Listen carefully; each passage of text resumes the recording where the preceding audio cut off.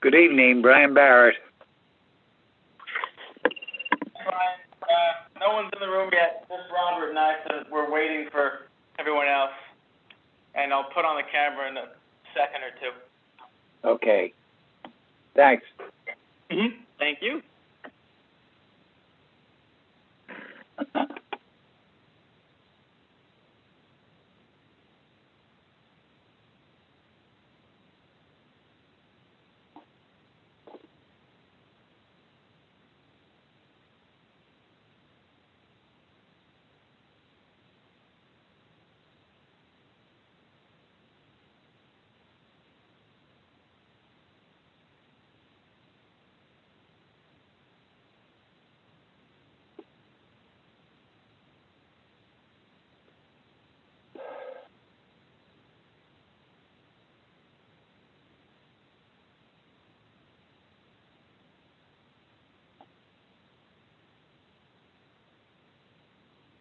Oh, fuck.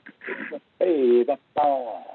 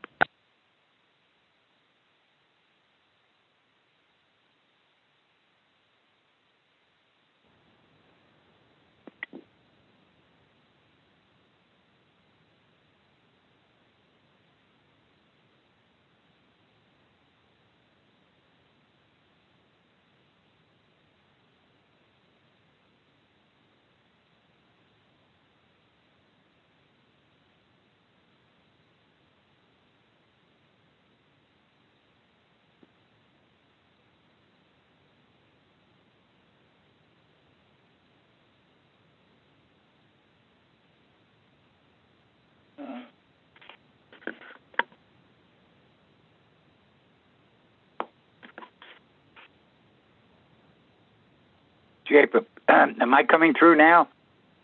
Yes, we can hear you. Oh, good.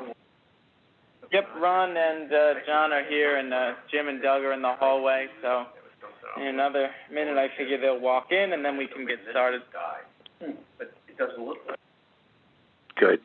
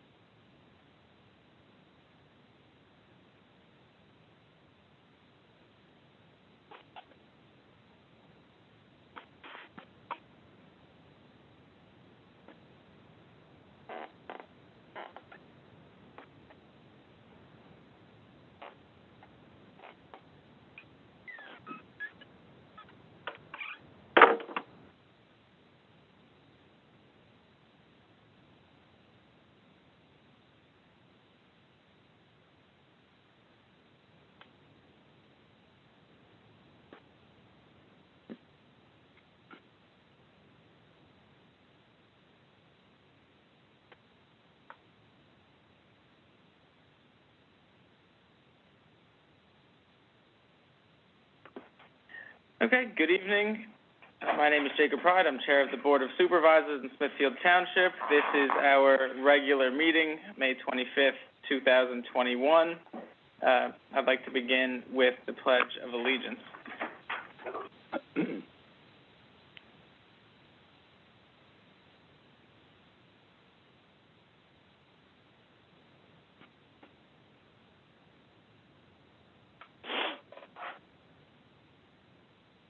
Okay, you did that just so the feedback wasn't bad.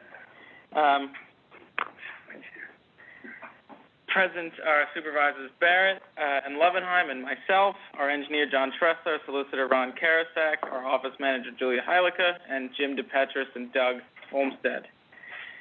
Is there anyone else with us via Zoom? I will take that as a no. Okay, first order of business is consideration of the minutes from the April 27th regular meeting and the May 11th regular work session meeting. And my colleagues had a chance to take a look at those sets of minutes. I have, and I'll make a motion to approve both. Okay, I heard a motion that we approve both. Do I hear a second? I can second the April 27th, but I was not involved with May 11th. I will second that one. Is that appropriate, Julia? Got it. Okay, cool. All in favor? Aye. Aye. Aye.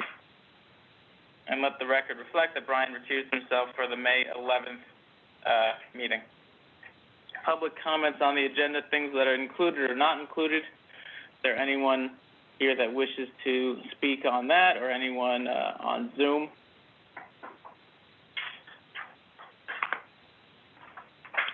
Hearing none, we will move along. We do not have any public hearings or plans to act on this evening. So our first item under new business is consider approving the zoning map with the ED zone and the PRD update. This is what Charlie Vogt and Bob Schabelsky had brought to us, which actually meets the PRD law. We had not had the tentative approval PRDs on the map when they should have been some 30 years ago, before most of us were here.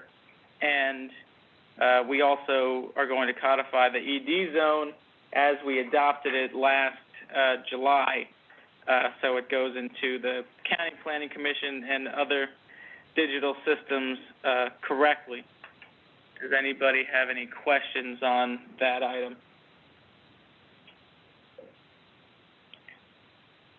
Okay, do I hear a motion on this item? I'll make the motion to approve the map. Okay, Mr. Levenheim motions to approve it. Do I hear a second? I'll second that motion. Second by Mr. Barrett. Any comments? Zoning map. Okay, all in favor? Aye. Aye. That map is adopted. We will all sign that after the meeting today, but we have our copy here so we can handle that judiciously. Next up is discussing Smithfield Gateway project updates and their NEPA grant application in regard to Mosier Farm Road. We have Doug and Jim here to join us. I did have a brief meeting, as I said to my colleagues, to understand exactly what this was, as some of this predates my service to the township. I know it was in late 2019, and now they are back for the same item again, but with an improved application. So, Doug, Jim, take it away. Thank you. Before we discuss the NEPA application, I want to give everyone a global view of where we are with the project. We are 30 days away from, which in my business is like you're in a goal line, you're crossing, and that's called the construction line closing, right? Everything's in motion to get there.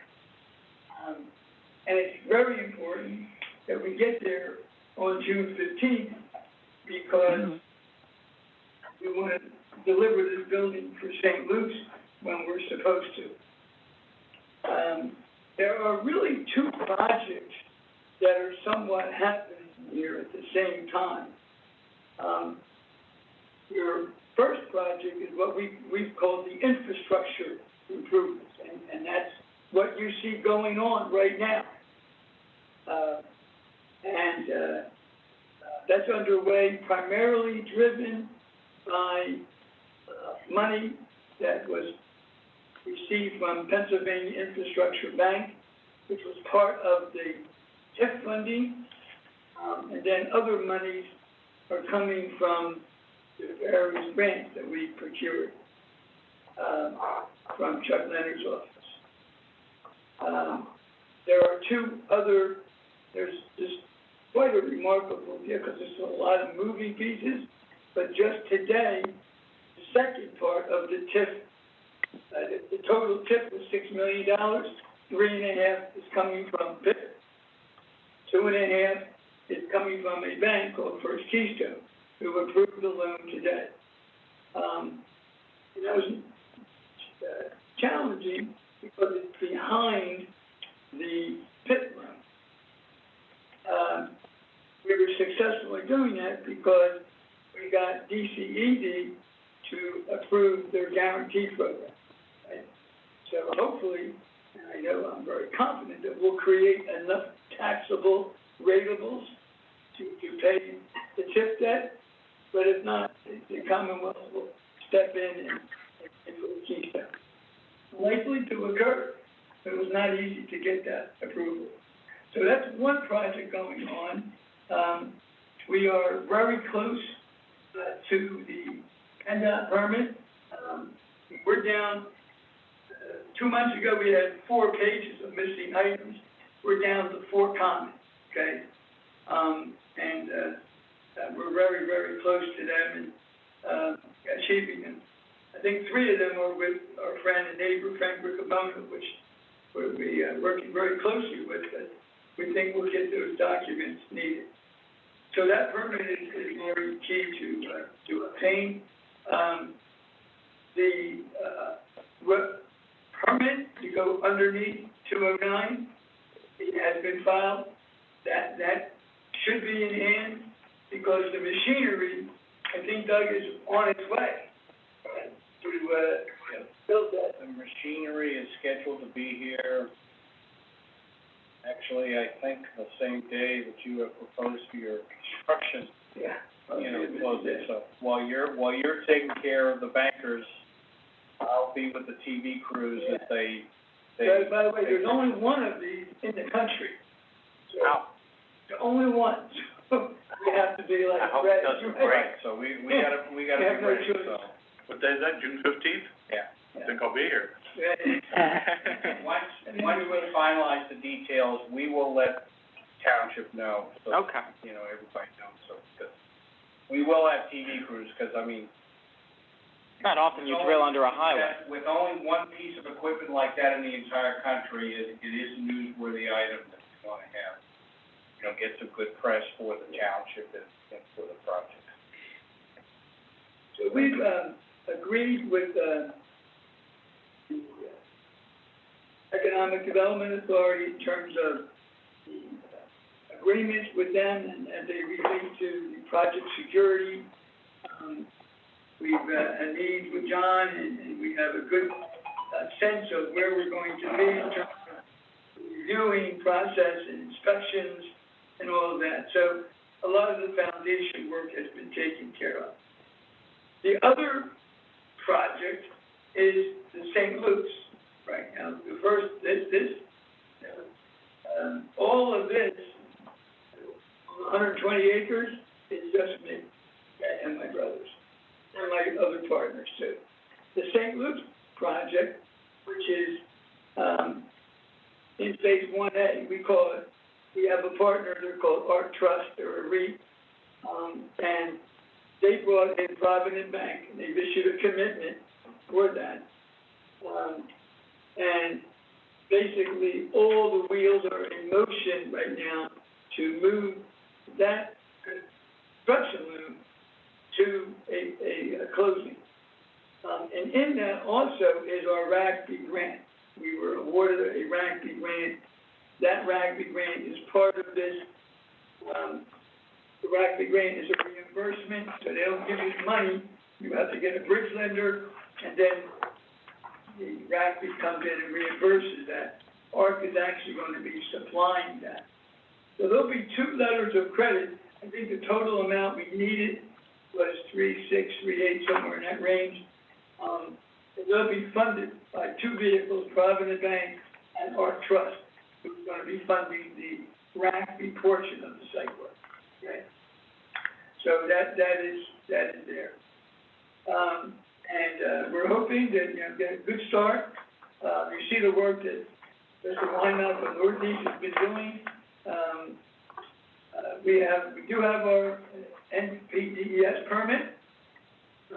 And one of the goals, of course, right now is, and we appreciate John very much, Missy delivered review letters today, and Doug just told me going in that we started out with 30 pages. We started out with 3, right? 33 pages, and we're down to a 3-page email. So I think we've made substantial progress. We consider that a victory. So obviously we need to get over and get that completed. So one of the things that I just wanted to touch base with you on, and by the way, I have like an army of attorneys on staff. Mark Wolf on the land development side. I have, we bought this ground with 4 different banks, okay? And we call it the coalition group because all of these banks are rolling under one mortgage and led by People's Security, and basically and that's being handled by Attorney Ralph Maturgic. And then we have Simi Kaplan, who's another attorney doing the Provident work. So there's lots of moving pieces on the legal side of here. So one of the things that we need to, and again, as we're going down this fast track on the next 30 days, and this has been done, we did this successfully in Stroud Township, but basically, in order for all this to happen, we've got to get, in the next 30 days, the subdivision plan recorded. We have to get the land development plan, recorded, signed off on. Of course, that's a first step, but we're very close to it. The condo plans recorded. This is sort of the order that it goes in. And that, of course, is so could you just pass this up, just to show the path. St. Luke's will be on a 40,000 square foot condo. We have 4 other pads in that section. And then right behind that will be the mortgages from the lenders. So all those things have to happen on a very systematic basis.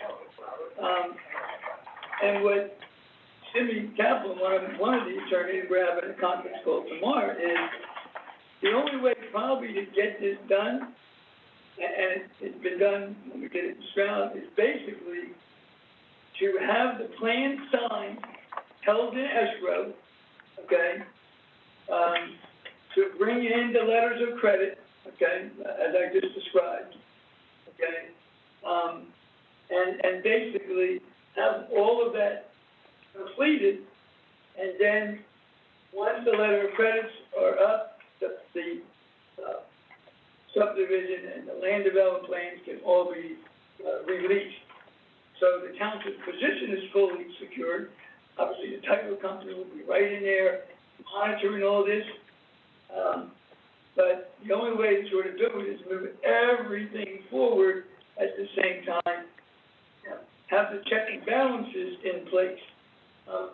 In the last 60 days, it's actually amazing, but we have spent like $760,000, a lot of it on real estate taxes, a lot of it on right-of-way permits, a lot of it on soft costs. Some costs that we want to be able to pay at closing, okay, which would be some of the real estate taxes that aren't paid, because now all these monies we paid are all out of this pocket.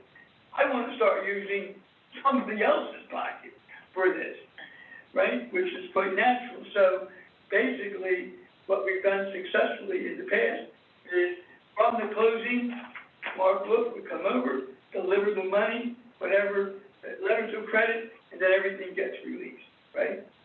So, there's the building permit, okay, that we need to obtain. Again, that would be held in escrow, released when we bring in the funds. The zoning letter, I think, was the other matter that we're talking about, as well as the land development and the subdivision plans recorded. So I'm giving a very high level, view of this, but point being that over the next month, we need to bring all of these together, township 100% protected, but we're working closely with Ron and John in bringing these pieces together so that on June 15th, the settlement goes according to plan. I just wanted to review that because we can't do it in pieces. It all has to happen simultaneous. So at this closing, you're going to have Provident Bank, you're going to have Ark Trust, you're going to have First Keystone, and you're going to have People Security. And they're all going to come there with their monies. It's just going to, work out perfectly. It's a giant orchestration of a project that just has many, many moving pieces to it. But we're on top of it. Today's approval from First Keystone was very important. The coalition, there's 3 lenders, or 1 that still has to get approvals. They think they will in the next couple of days. These banks who are involved, we recognize that without the roads improved, the collateral is questionable, and they've all dug deep and helped us come in with some additional road improvement money. And all those, by the way, are listed. Doug provided his beautiful checklist of monies. All those are listed in there. So anyway, I wanted to cover that as a prelude to this. So we're very enthused about moving this, starting to build. We're gaining some momentum in some other areas. And of course, one of the things, Doug, you would also, we're now turning, we have to pay a lot of attention to this first phase. There's a lot of work that has to get done in the next 30 days. But we need to start turning our attention to 2 other important phases. And that would be phase 1B, which is the project that you're very familiar with. This is our multifamily and retail project. Part of the reason why we want to move these forward is the TIF, is a great vehicle, but it's a very hungry animal. In other words, it feeds on tax revenue. I personally guarantee all of this. So I sleep good at night, but I can't just go away and forget this. We need to get these other phases in the ground and producing this revenue. So what you're seeing in front of you is phase 1B. And then, of course, we have phase 2A, which is the 200 senior housing units. And we've had, last week, we had 2 very good meetings, one with the largest builder in the United States of America, and one with probably the most active Lehigh Valley builder. Both very interested in what we call the development on the hill. It's a beautiful parcel. But to do those developments, and this is never wrote it, it's a map showing, right now we're underway with our first section of 209. PennDOT has made it very clear to us that we can't build beyond phase 1A until we finish 209, right? And we've got to finish 209, and you can see the price tag on that. It's $2.5 million. Very much concerned about rising prices. That was the price I guess Doug a few months ago. Right? I mean, you probably heard that labor and materials were skyrocketing, and we're very important to get going on these things just before they continue to go out of sight, out of mind. But then you see the Loop Road continuation, okay, which lets us develop phase 1B. And almost covers 2A. We'll self-generate the dollars from there to get to 2A because there's access points come in there, right? So, in meeting with these builders and meeting with the, developers that we're networking with. We're very excited about that project. And one question they ask is, okay, Jim, how are you gonna get people here? How are you gonna get our residents? How are you gonna get our builders to build these? And of course, we need to further enhance the improvements. In the past 2 weeks, I met with both Senator Scavello and State Representative Rosemary Brown. And, you know, the message that I had received before was, you know, stop asking for money, start spending money. Well, you can see on Route 209, we're spending money now. Now I'm back saying, if you want this for the county and the township and the area, we've got to improve these roads to get here. So, with that, I guess I could be fair to say, about 2 years ago, maybe we met the NEPA people and started talking about their Appalachian Commission money. It was a little premature. We weren't well organized for it. Now we're back with that. And it's a significant amount of funding that we can achieve. I'm going to let Doug go into detail on that. We have some paperwork to share with you. It's a little different requirement this time around because now they're saying the township must be the applicant. Correct? Right. So you take it from here, Doug. At the end of the day today, we submitted a pre-application document to give them a heads up that this is the money we want to ask for. And then NEPA goes through, does a review of that document, and tweaks it, makes recommendations for changes. As a matter of fact, we sent that in at around 5:15, and believe it or not, they already sent back their first batch of, you know, overview. No, this one first, okay. The overview of the documents for that. This is handled through NEPA, through the Appalachian Regional Commission. And they have a special category called local access roads. And that funds are available for that. No match is required, although one is strongly recommended. And the upper limit is around $1 million, so obviously we're asking for $1 million.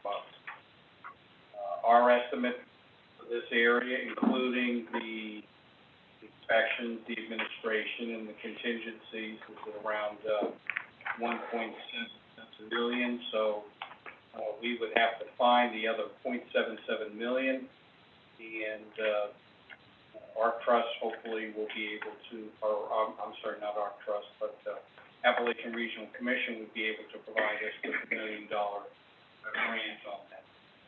The interesting thing is that that is all federal money, so that's wage rates. So that's, you know, an extra level of stuff. But the way this works is the applicant has to be the township. And it has to be on township owned property. We'll get to that in a couple of seconds. And it is will actually be a PennDOT project.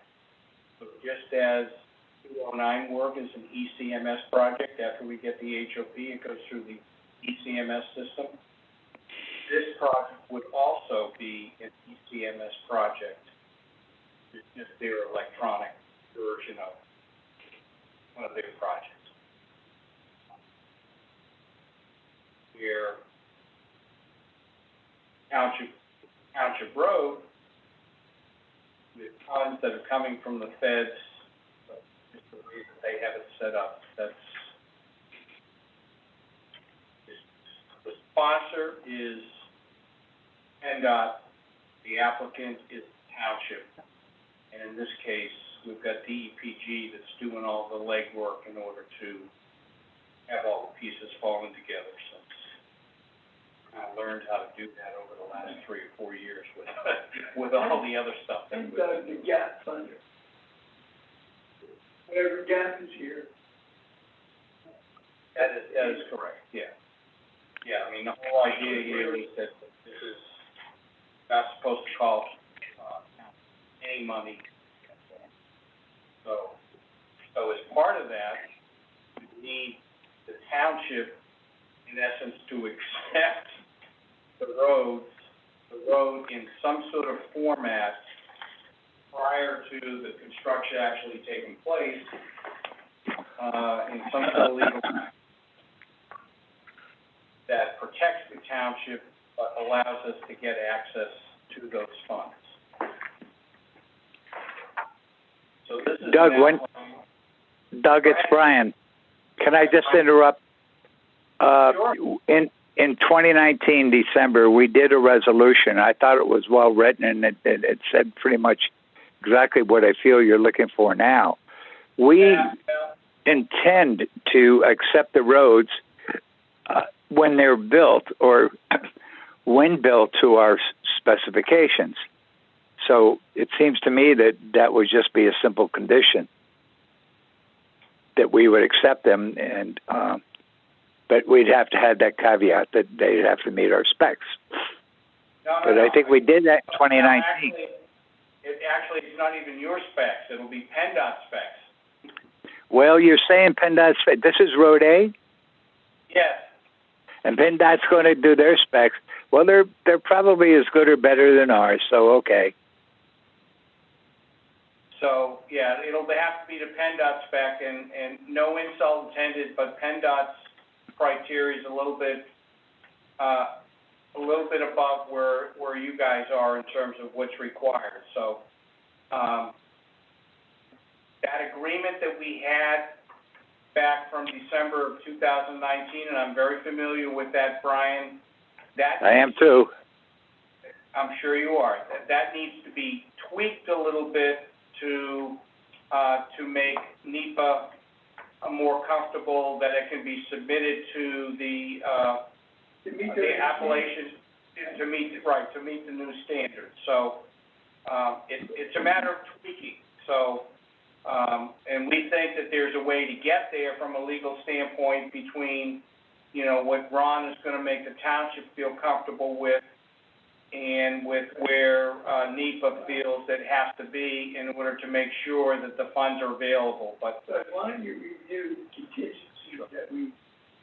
But if we can provide a format to tweak that will provide, in essence, the township and obviously the developer with $1 million towards the construction of this road, we'd prefer not to have to walk away from it. Well, what I don't Amen. understand, Right. what are the material differences between what we did, as Brian says, in 2019, and what you're asking for here? Because obviously, you're going to draft something and submit it to us. What are the differences? Actually, it boils down to, before, you wouldn't be accepting this until after the road was done.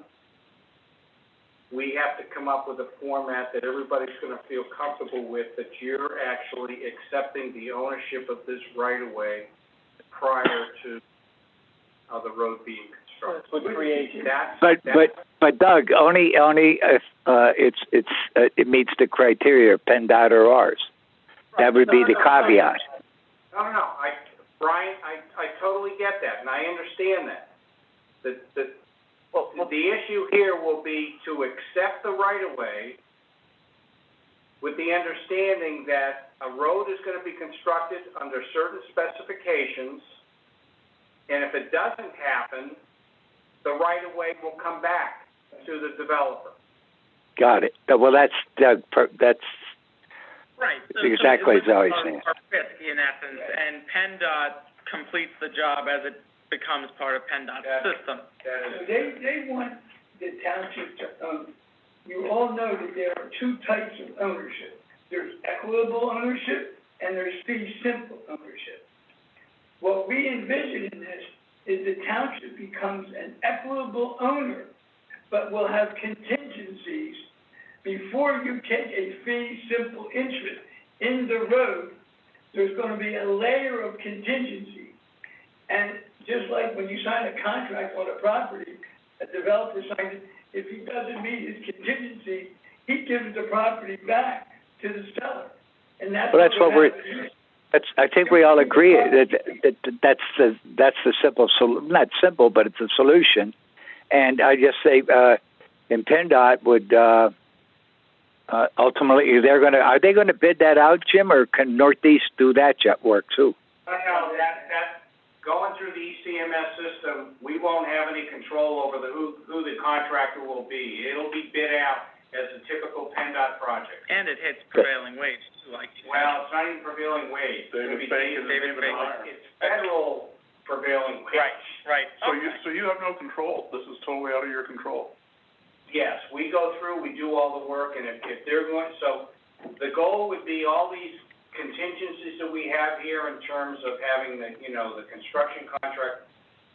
When we sit around the table to sign on the dotted line to accept those monies, certain things have to be in place. Right. So that, the township feels comfortable then to take fee simple ownership, of the real estate. Right, accepting dedication at completion. So some of this stuff will be a case, just as Jim was talking about for the internal stuff of our project, that we're gonna need documents signed and put into escrow so that once all the parties get around, the table and sign, okay, all of these things can be pulled out of escrow, and you get this piece of paper, he gets that piece of paper, we get this money, and so on and so forth, and everything gets done within a matter of, over a day's period of time. I like to say a couple hours, but that never happens. So I think what you're saying is, or let's say this, from what you're saying, we're pretty much in accord with what you want to do. It seems like the next step is give us a document and let us be able to look at it and find a way that it serves both of our interests. And we're going to do that. We just wanted to be here tonight to kind of talk through what was happening here, is because we needed to, actually, this pre-application document was supposed to be in at the beginning of the month, but they gave us an okay to submit it today, and we submitted it today, but we wanted to come and talk to you about it, because if you say no way, then we could call, NEEP up tomorrow and say, guess what, we're pulling that back. What's our history here? 5 years, and we've crossed or jumped every hurdle in some way or other. So totally we'll find a way. But we just wanted to be totally above board and totally transparent. And we certainly appreciate that. This will be something that will be a little different than most townships have ever done, before. So we just want to make sure that you guys have. Really, all you're asking for is acceptance of dedication of the road up front. Yes. Yeah. That is correct. A lot of townships do that. Okay. And that just makes sure that it's an asset that continues to get invested in and maintained, rather than, leaving it up to, we built a road, here it is. Jacob, on our list of contingencies was also the completion of the first part of the road. Right. So that when we do this, we have to have the whole one area, both parts of the leg put together. Right. And it's bonded too, there's a lot of contingencies involved in this. Exactly. Now, I would tell you this, that, in talking to them, they have various requirements. This program is ideal for medical buildings, and they don't count ones that you've already done, so St. Luke's doesn't really help us. It helps keep jobs, but it doesn't help add new jobs. So they really like flex buildings, office buildings, warehouse buildings, so high-paying jobs, right? We do too. And we're going to have a lot of managers, here, but, just in talking to their representative, he's doing his job of saying, well, you may not meet all these criteria. On the other hand, this project has tremendous support, statewide, county, and local. And what we're hoping is that support will overwhelm those negatives like that in terms of the job creation and all that. In other words, we're not gonna have those, really high, quote unquote, dollar per hour, jobs.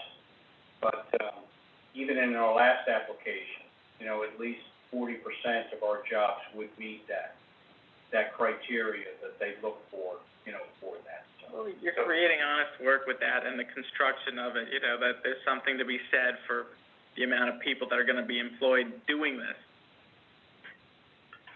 Yes. And with the overall development of this, project of this size and scope, that obviously has a bleed-over effect into adjoining properties as far as other projects that come online, that we can take advantage of those also. It's just a matter of, once we get into the actual application process, is coming up with the proper language, the marketing language in order to address those. What's the deadline for the application? Is that the 15th? Yeah. So we should You get said going. October So 1st. between now and October, we, would expect to have these documents in place so that the township would be able to You don't have to sign anything till then, but come October 1, we've got to be able to show you that we have all this figured out. Well, certainly then, with the administrative track that we'll have to take, we'll have to make sure that we have something better than a draft by, by the meeting in September, because, We're thinking July or August. Well, certainly. I mean, it's always better to set, goal, later on. Yeah. But yes, okay. Does anybody have any questions for Doug and Jim? I'll just say, Doug, so PennDOT's going to be in charge of it. They'll go out and they'll choose the bidder. I guess it'll be low bidder. And then will they be the ones that monitor to make sure that everything they do is up to their standards? Yeah. Or would we? Okay, good. This will be an ECMS project, which means there'll be a PennDOT inspector. Yep. I'm not sure exactly, because there's a couple of things I have to figure out myself. I'm not sure exactly how this is going to go together, especially since I'm going to have PennDOT inspectors on a township, road project. So That's what I was thinking. But that's our federal tax dollars at work. So if they can figure a way to make it complicated, they've done it. So.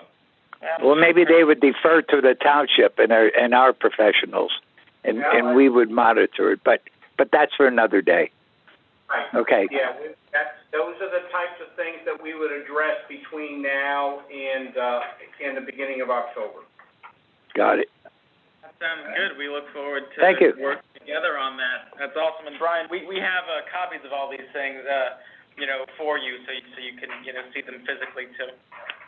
I took a little look at them, Jacobs, as they were being put together. So okay, thank you. I just have a couple of questions. NESA stands for what? Northeastern Pennsylvania Alliance.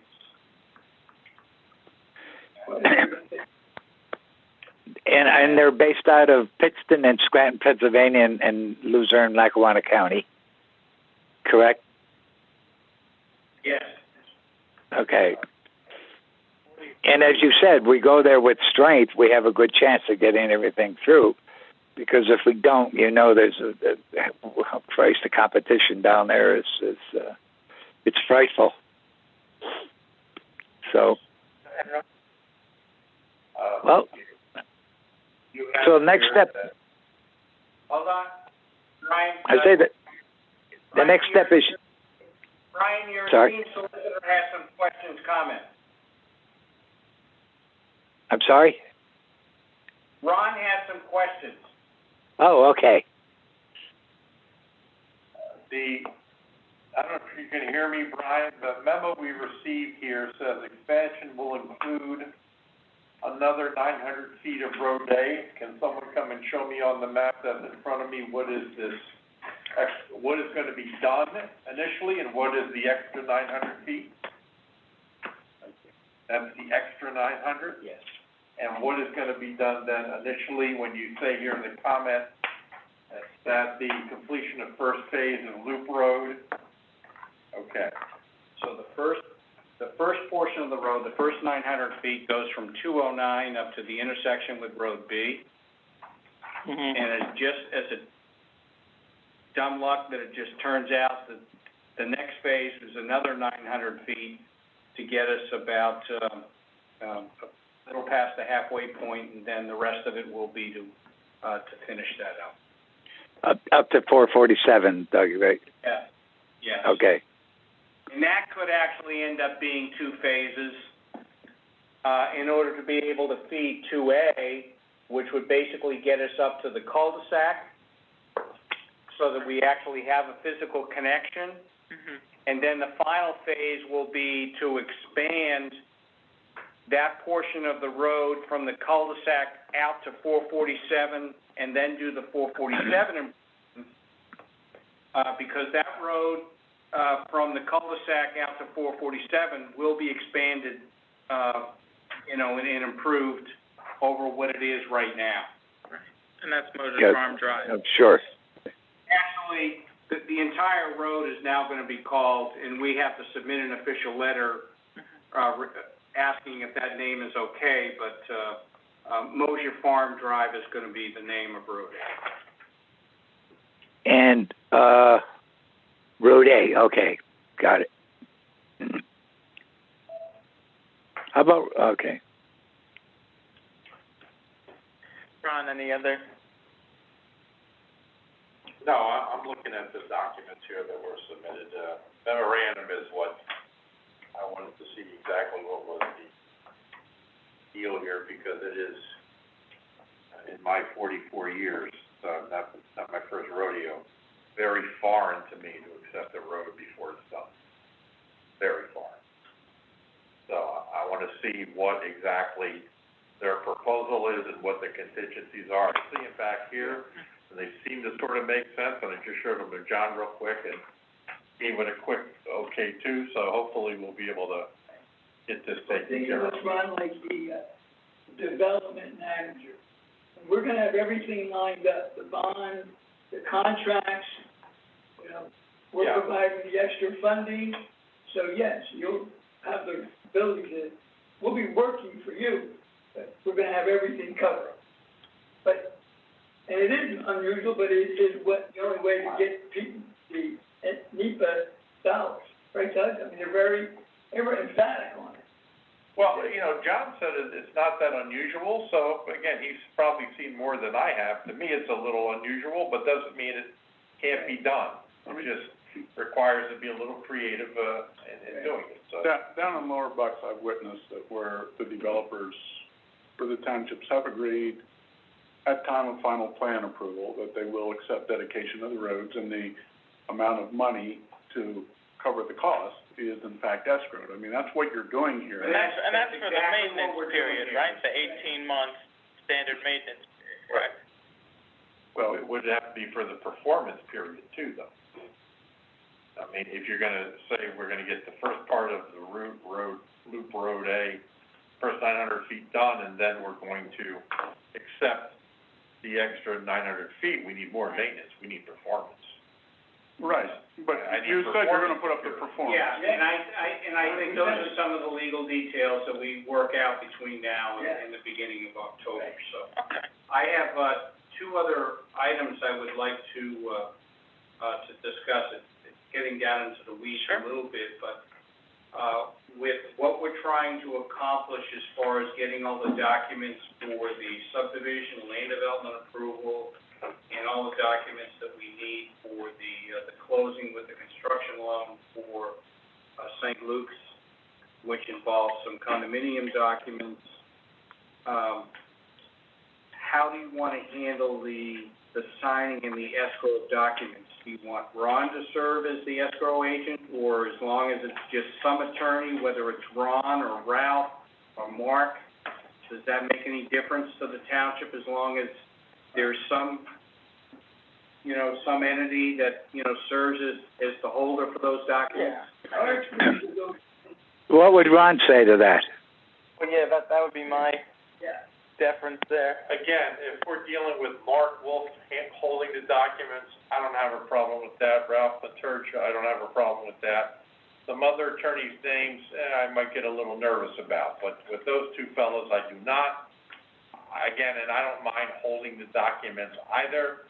I was just gonna say to Doug and Mr. DePietris, when these documents are ready, you gotta give me a little drag time, because I've got a bunch of, clients, and I'm not just waiting for this stuff to hit my desk. So they've gotta give me some drag time so I can make time to review and look at everything.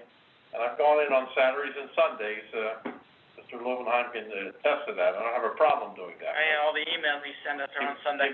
Give me a little drag there, but again, I'll do it any way the township is comfortable. If things can get done more quickly because Ralph or Mark is holding the documents, then maybe I'd say let's hold it so that things get moving, but if it doesn't really matter by way of time frame of who's holding the documents as opposed to when documents get signed.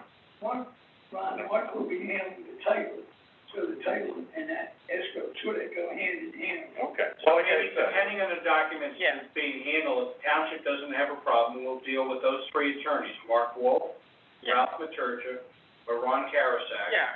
That between the three of them, documents can be signed and held in escrow, like the plans could be signed and held in escrow by Ron. Yeah, I think that makes a sort of natural order, and that sounds fine, from my perspective. And I would ask that, ask for a motion that would allow those three attorneys to serve as a document escrow agent as we go through this process, in order to achieve that. I will move that, our solicitor, Mr. Karasak, and, Mr. Mark Wolf, and Mr. Ralph Maturgia be named as our escrow and document, agents, in this matter. Second. Seconded by Mr. Levenheim. All in favor? Aye. Aye. The second issue is related to your lovely new ordinance about having, taxes and sewer bills paid before you can get documents released for one reason or another. This is a timing issue because the township and the county taxes are due now, but they don't go into a quote-unquote penalty phase until July 1. So the question is, if they don't go into penalty until July 1, what happens between now and July 1? Well, I would take the point of view that they're not due until July 1. The time is from now until July 1 to get them paid, right? Right. If So that's they're not overdue. Yeah. You have your discount period, your base period, and your penalty. Right. Yeah, because only beyond the penalty is the final unappealable. I would have to look at the ordinance again, Right. but if someone is paying in the base period, or maybe even paying in the penalty period, but they're paying, Right. I would be okay with that, It's beyond. Well, do we foresee anything like that happening? Now, I think we're in a situation right now, we've asked for a zoning letter that there is no, issues from a zoning standpoint with respect to the parcels in order to get the building permit for the medical office building. Right. But the township and county taxes are due right now. And if I'm reading your zoning officer's emails correctly, he's not willing to provide that letter until the taxes are paid. Well, I think that would. And they're not late. Well, I think that would be incorrect because the ordinance applies to final unappealable determinations here, not I don't remember the language, that's Right. the critical language, what the. Maybe, Right. maybe we could ask Ron to look into that too, Jacob, because, this is, I've never experienced anything like this either. But what I guess I was going to say, the reason this is important is that the construction lender is asking for these materials, Right. and we need to be able to provide them. Okay. Well, we can have. Yeah. This is real estate tax for sewer delinquency account, so So only delinquent. So they're not delinquent, even if No. you're paying in penalty period, you have to be beyond penalty period to be delinquent. Right. So I'm not sure why the zoning officer would not do it, but. Don't know the answer to that, because when I asked, what taxes aren't paid, he said all of the parcels in phase 1A1. And I know for a fact, because I was looking at a receipt today, that all the stuff that was in arrears and that was sitting with the tax claim bureau, those have been addressed. So I don't know what document he's looking at, but if he was just talking about the fact that current stuff is done, but since it is a new ordinance, and I'm guessing that one of the first people that, to come up against this as far as this is concerned, I just want to make sure that everybody's on the same page. Right. And you can provide the education that's needed for the staff in order to address, to make sure that everybody's clear as to when a stop can be put in place and when it's not. Right. This includes reviewing the building permit. Yeah. Perhaps it's held in escrow and not released. So, I mean, That's- as far as I know, with the building permit, I think that Tino, unless he's communicated to anyone else otherwise, I haven't spoken with him since I last saw him, but he was still reviewing. We're still waiting for comments from Tino. Right. So, I mean. Do you need zoning and building permit, or do you need just building? Well, there's two issues here. We'll need the building permit, and that can be put into escrow, but we also need the zoning letter that states that there are no outstanding zoning issues with respect to the property. And we're not aware of any, but he's not the way I see it right now, he can't provide that because he perceives that there is a tax issue. Well, Ron, you can. Yeah, I just heard what Julia said, but I'll read it again, and then I'll submit an email and say, this is what I see. Now, understand, the zoning officer doesn't have to listen to me, doesn't even have to listen to you guys, in theory, okay?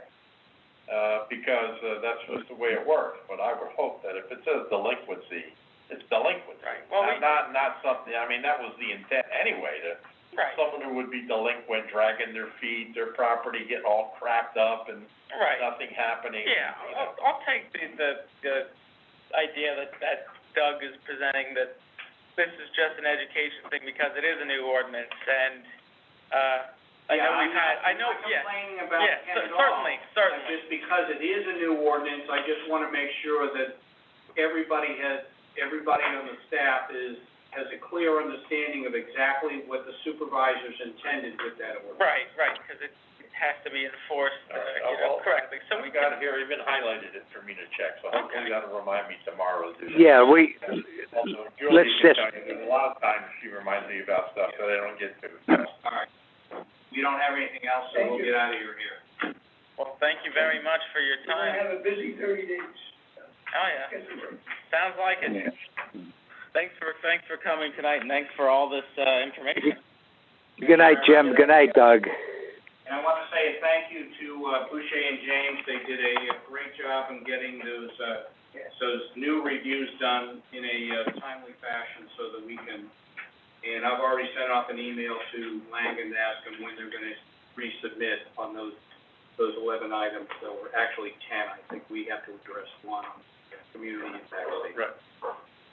Make me look bad by getting everything done quickly. Move on. Okay. All right, well, next is, considering waterfront wellness. Guys, take care. Good night. Is the Waterfront Wellness Park Phase 1 change order number 2? Julia or John, I suppose one of you can speak to this more than. Yeah, Pioneer Construction, has been delayed because of issues in materials. This change order number 2 is dated to June 29th. Okay, so effectively just a change to give them more time because everything's been on back order. Correct. At this time, the substantial completion date is in a week, and they are not going to make that deadline. Makes sense. Does anybody have any questions?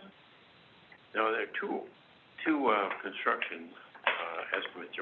How come there are two? What is one versus the second? What are you looking at?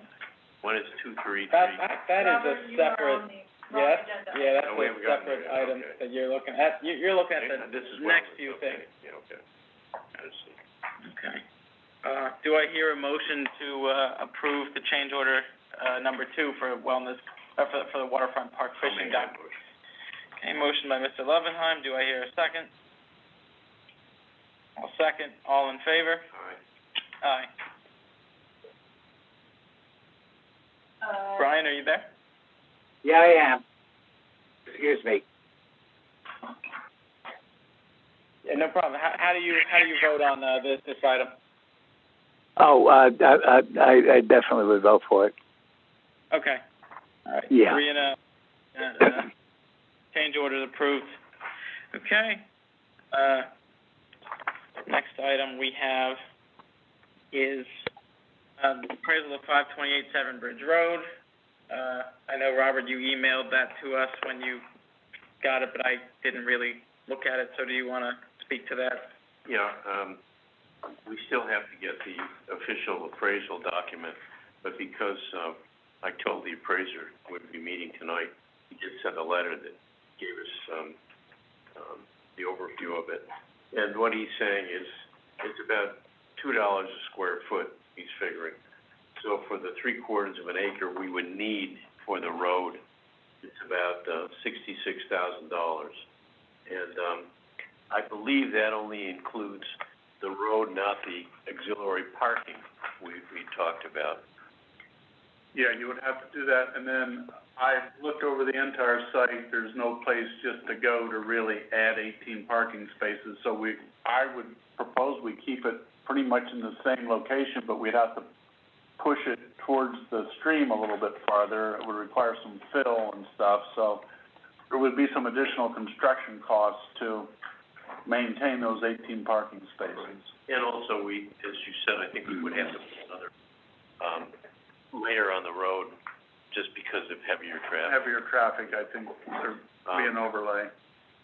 I don't think leaving the parking spaces is a safety issue. If you think of it, it's no different than in downtown Stroudsburg where you pull out of the spaces like that. And in this case, there's going to be, I would say, minimal traffic on that road anyway. I mean, if we felt it was a problem, you could put speed tables on either end of the parking, but I agree with what you just said. There's a lot of places, of course, in a borough like East Stroudsburg or Stroudsburg, the traffic does tend to travel a little bit slower, but I don't think it would be a problem here.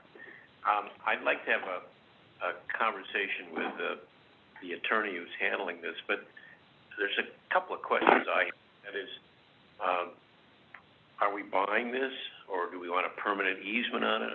I think the price is probably the same, but what I'm wondering from their point of view is whether they want to be responsible for plowing, maintenance and so forth.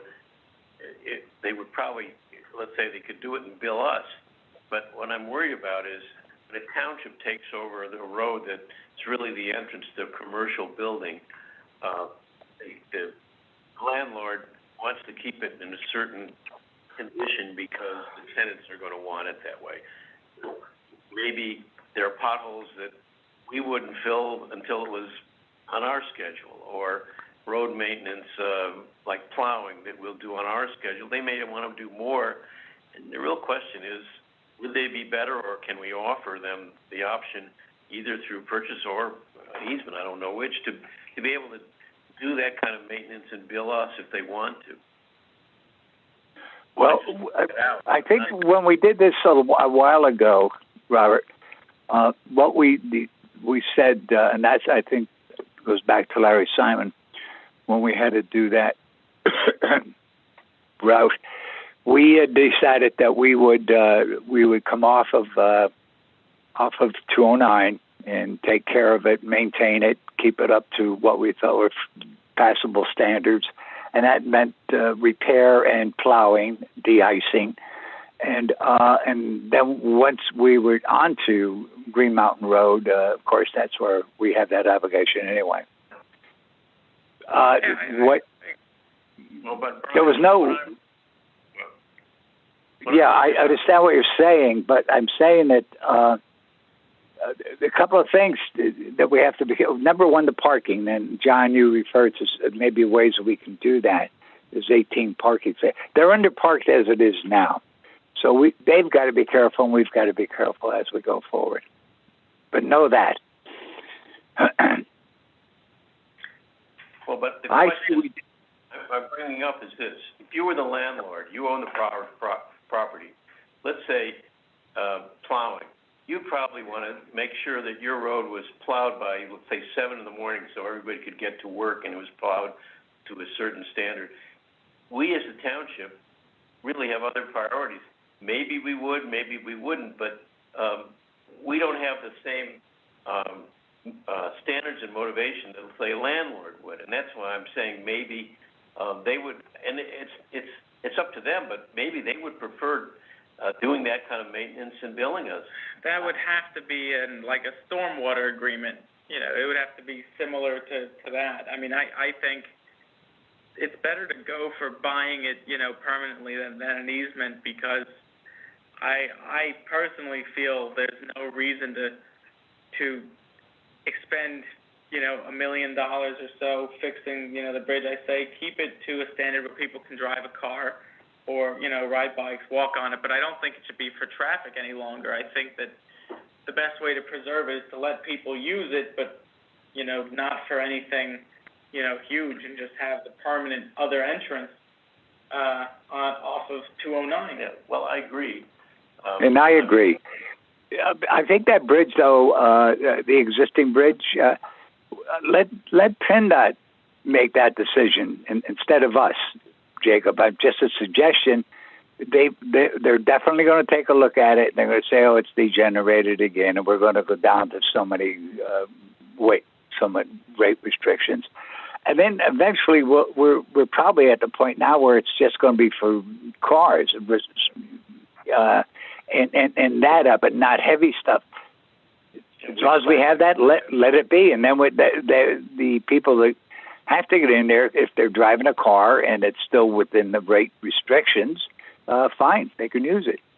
And of course, the bigger stuff would come onto our road. But I do agree, Jacob, that we should consider purchasing the damn thing. And that way, I think that's it. Well, I don't know about the HOP, but.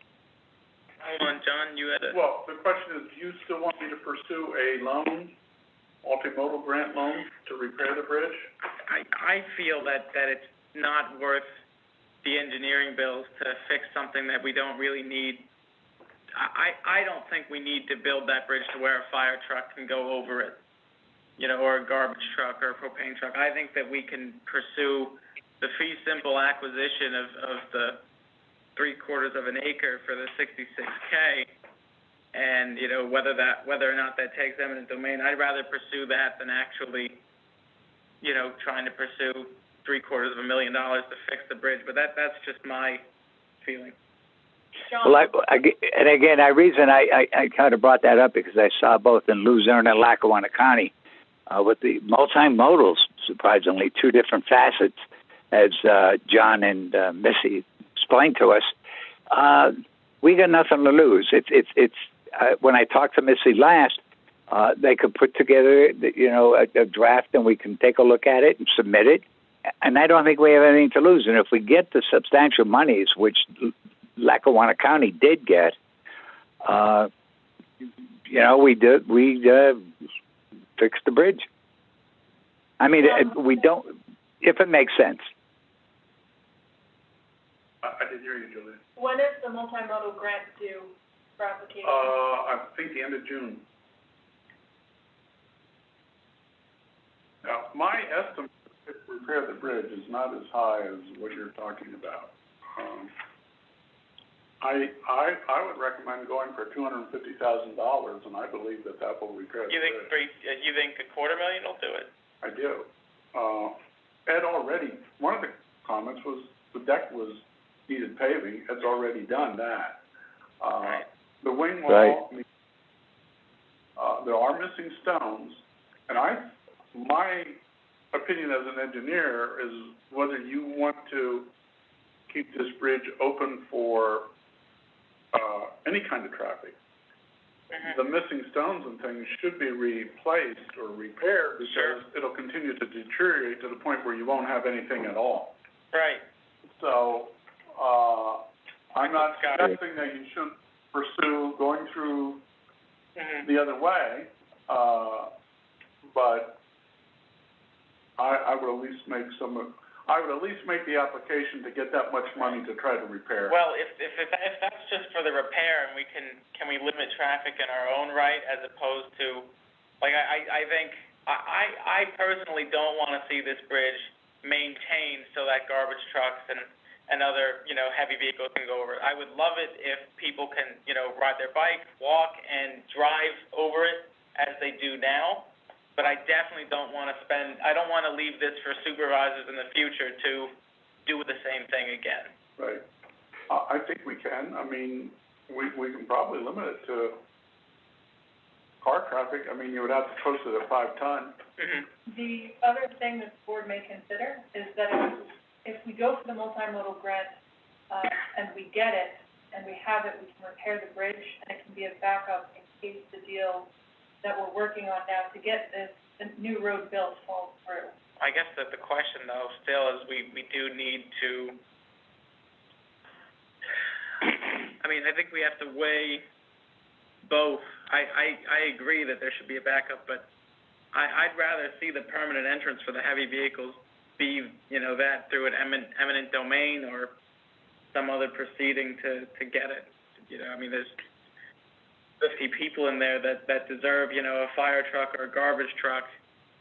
So, if the grant's worth it to pursue for the repairing, just for the vehicular traffic, and just to get it to a decent standard for that, I'm fine with that, and I would say, let's do it. I just don't want to maintain it so that the garbage trucks and stuff can go over, because even if it's repaired to the standard you're suggesting, John, can it handle a garbage truck or some other heavy? Probably.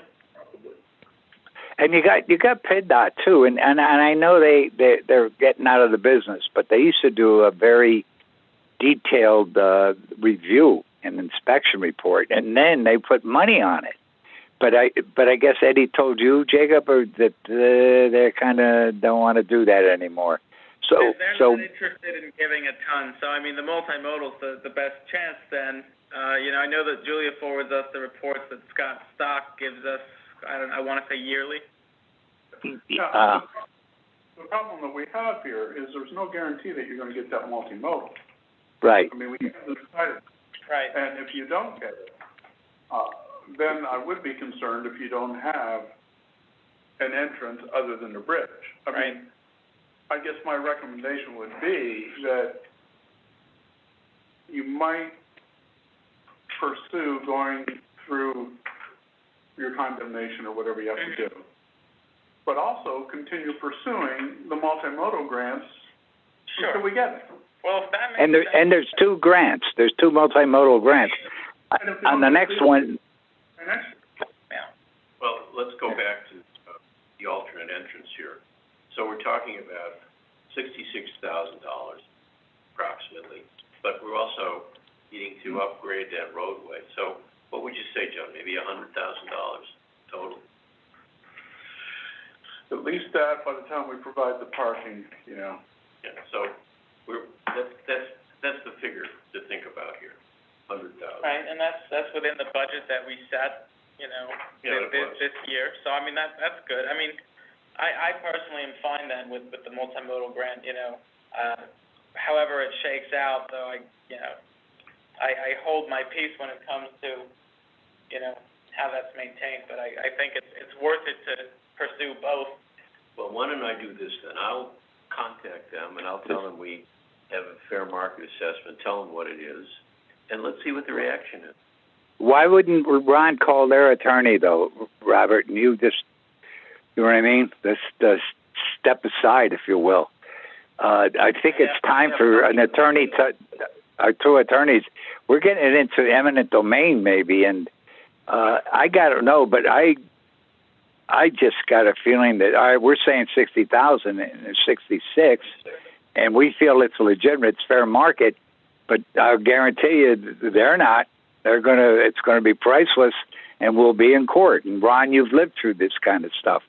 You know, it's so. I guess what I'm saying is maybe yep. not. I mean, it seems like to launch a trial and see how it goes over doesn't cost us anything. At least we can see. For all we know, it's found money to them. What are they losing?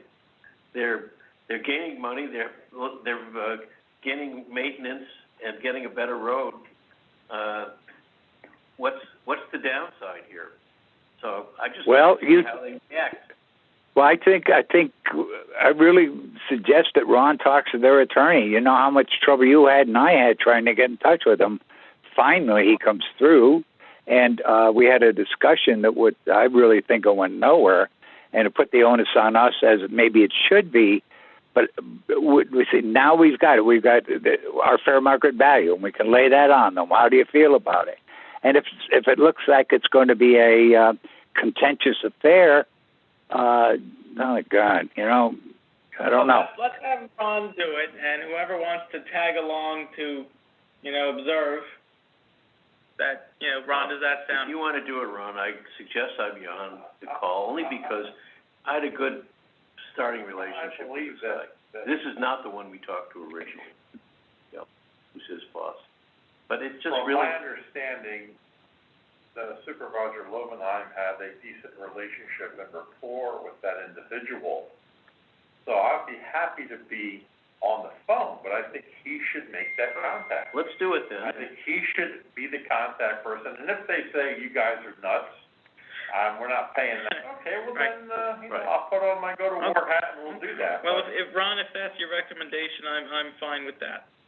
Yeah, okay. I tag along and Robert makes that call and we'll go from there. Right. Well, let's fine with me. Right. So there's that, and then I guess we'll keep pursuing the multimodal. Both of them. Yes. I guess there's two, but that sounds good. All right. Next, application to DCED, GTRP grant. Julia, do you want to talk about in the resolution? Sure. Actually, before the resolution, I know that I've already laid this out, but for the benefit of anybody who wants to watch this. The DCED GTRP grant application needs to be submitted in 2 days. The application deadline is the 31st of this month. This project is phase 2 for Marshall Falls, and it aims to construct a second parking lot that will hold about 25 vehicles and additional trails for our visitors to enjoy. In front of you right now, there are 2 options for the application. We can apply for a partial project for a total cost of $232,000,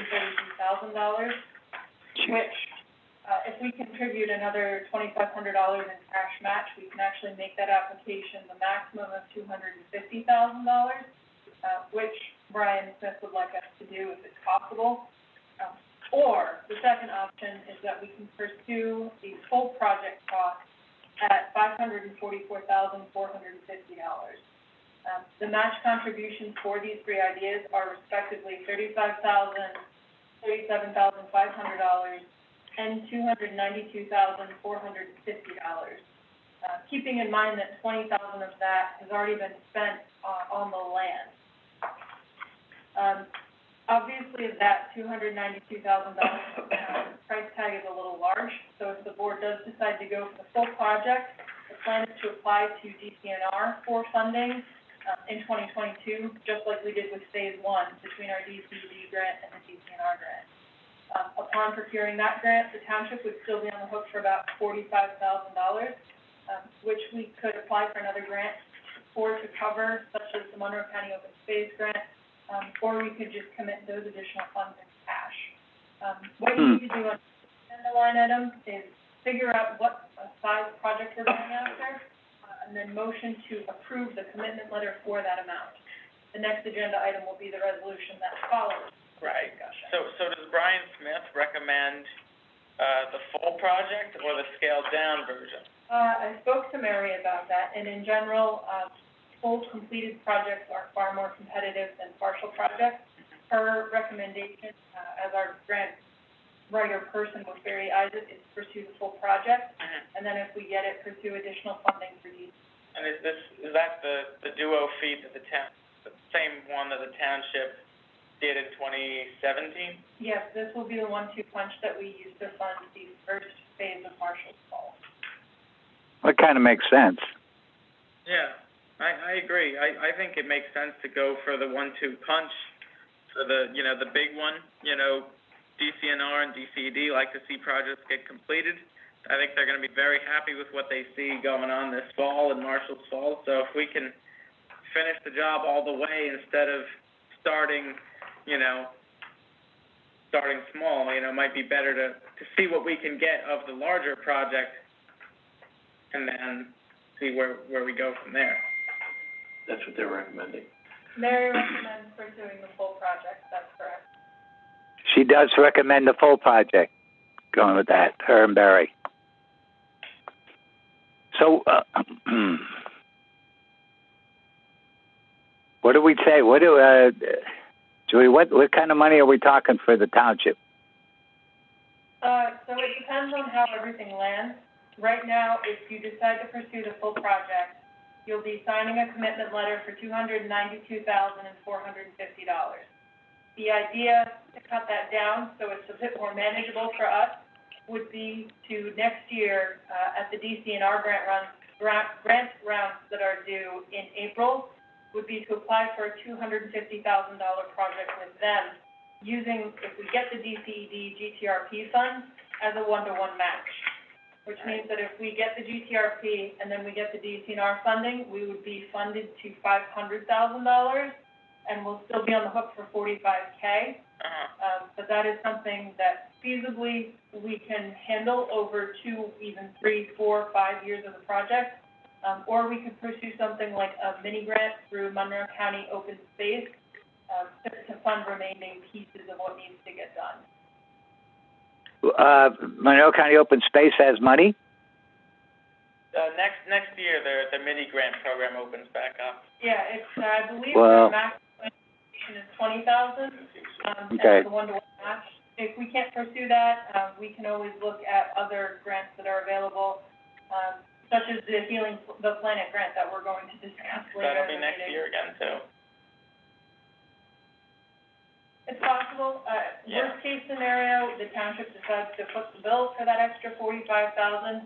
Feasibly, this is going to be a 3-4 year project. So we would be looking at committing approximately, let's say $12,000 a year to this project.